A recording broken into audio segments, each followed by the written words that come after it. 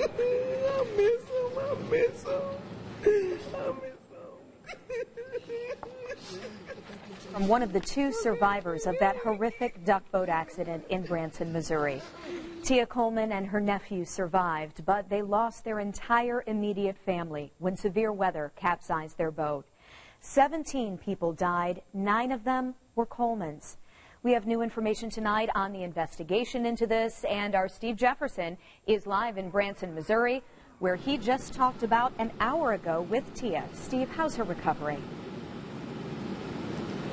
Well, her recovery, Jenny, is slow, but she's surrounded by family and friends. Her pastor from Indianapolis is also here giving her support. The medical staff here at the hospital escorted Tia and her family to a lobby where she talked about the tragic accident.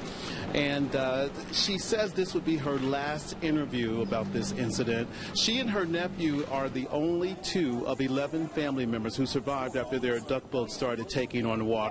Tia managed to swim to safety, where she reunited with her nephew, only to learn that the 9 other family members, including her husband and 3 children, did not make it. I want them to be remembered how they were. I lost 9 people. I lost my husband, he would have killed a rock over anybody, over my family. He was so loving. And he didn't look like he was, but he was so loving. To remember my babies. My oldest son was Reese, who was on the autism spectrum, but he made every day worth living and knowing. And he was the happiest, sweetest little boy anybody would ever want to meet. I love everybody remember my Evan, who was 7, who was extremely smart, quick, and witty. He loved life, and he was a great brother, a big brother and a little brother. And then my baby Aria, she was only 1, and she had 1,000 personalities wrapped up in her one. She would blow kisses and she would fight. She was a little fireball and my only girl. And then to remember my Uncle Ray, he was the oldest of the Colemans. He liked to laugh and have a good time. My father-in-law, who had a heart of gold, he would give anything for anybody. My mother-in-law, who was like a second mom. I never knew I would marry into such great people. I never knew it. She was always there with a supportive word. My sister-in-law, who I call my sister because she was so loving. And she'd do anything for her family. For my nephew, Max. The sweetest baby ever.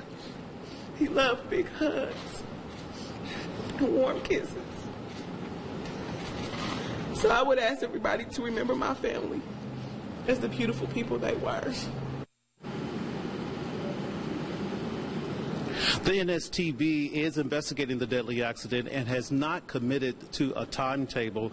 Back here live in Branson, Missouri, that new information that we learned while at the hospital, we learned that officers were actually in Tia's room talking to her, trying to get as much information as possible since she is one of the survivors of the deadly crash. Again, they have not committed to when they will wrap up their investigation. Coming up tonight on the Night Beat, we'll hear more from Tia's news conference here in Branson, and we'll have again that coming up at 11 o'clock. Back to you in the studio, Jenny.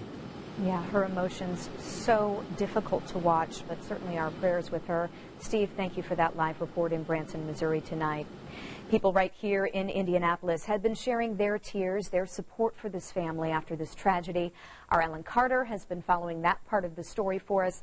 And Alan, I know both of us watched that news conference on Facebook today, and it just breaks your heart. It was difficult to watch, honestly, and it's something that certainly has touched, hearts of people from around the country. When you're talking about one family that lost 9 people all from this tragedy that did claim the lives of 17 people total. Tia Coleman, who we just heard from, one of those 2 surviving family members, worked in the Marion County Prosecutor's Office, and today they released a statement saying that we are devastated by the unimaginable loss suffered by our friend and colleague Tia Coleman.